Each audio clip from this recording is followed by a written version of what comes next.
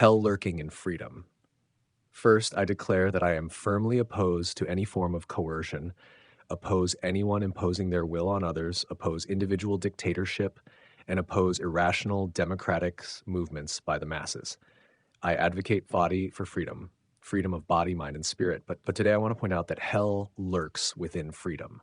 Freedom belongs to those who are highly spiritual, humble, eager to learn, proactive in giving and contributing without calculating personal gains or losses.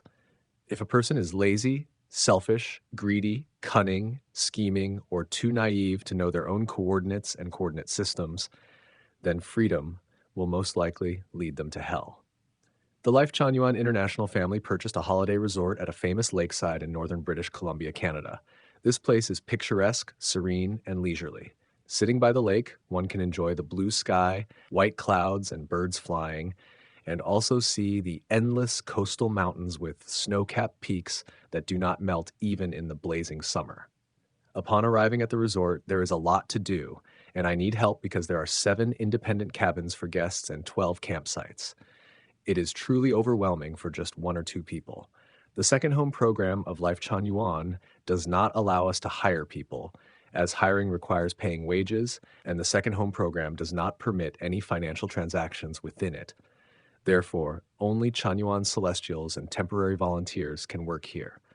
However, we do not have enough Chanyuan Celestials because several are needed to run a small hotel business at another location in Canada.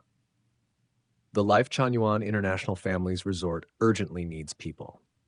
Coincidentally, there was a man who had been employed by the previous owner for nearly 20 years and lived in a motorhome at the resort. If he were willing, he could fully integrate into the resort as a Chanyuan Celestial because he had a golden opportunity in life. Unfortunately, he did not seize this opportunity. He lived for free at the resort for 2 months, and in the end, I had to ask him to leave. My principle is that I will never assign anyone specific tasks or demand that they must do something in a certain way. The ideology of Lifechanyuan is that everything is done voluntarily. Therefore, in our home, each member must first be highly free, and secondly, each member must voluntarily engage in work they are skilled at and passionate about, striving to make their work top-notch. I give you great freedom, then I observe you. If you want to sleep all day, I do not interfere. If you want to play games online all day, I do not interfere. If you do only a little work each day and then wander around, that is your choice. I do not interfere. You can do as you wish. However, when I find that you are habitually lazy, lack self-awareness, are not proactive, and still want to eat well, dress well, and live well, then I will wait for an appropriate time to ask you to leave. Thus, I discovered a cosmic secret. Tao's eyes are always watching each of us. Our future is entirely determined by our daily words and actions. Even our emotions, glances, words, and gestures affect our future. Only then did I understand Laozi's saying, "The net of heaven is vast, its mesh is wide, but nothing escapes it." Knowing this cosmic secret allows us to predict a person's future based on their words and actions, and also predict a nation's future.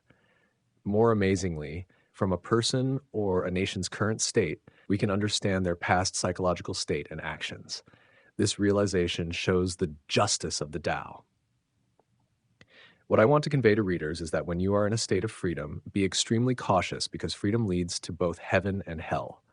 Humility, self-restraint, giving, and contributing will surely lead to heaven. Arrogance, indulgence, and seeking comfort will certainly lead to hell. July 14th, 2024,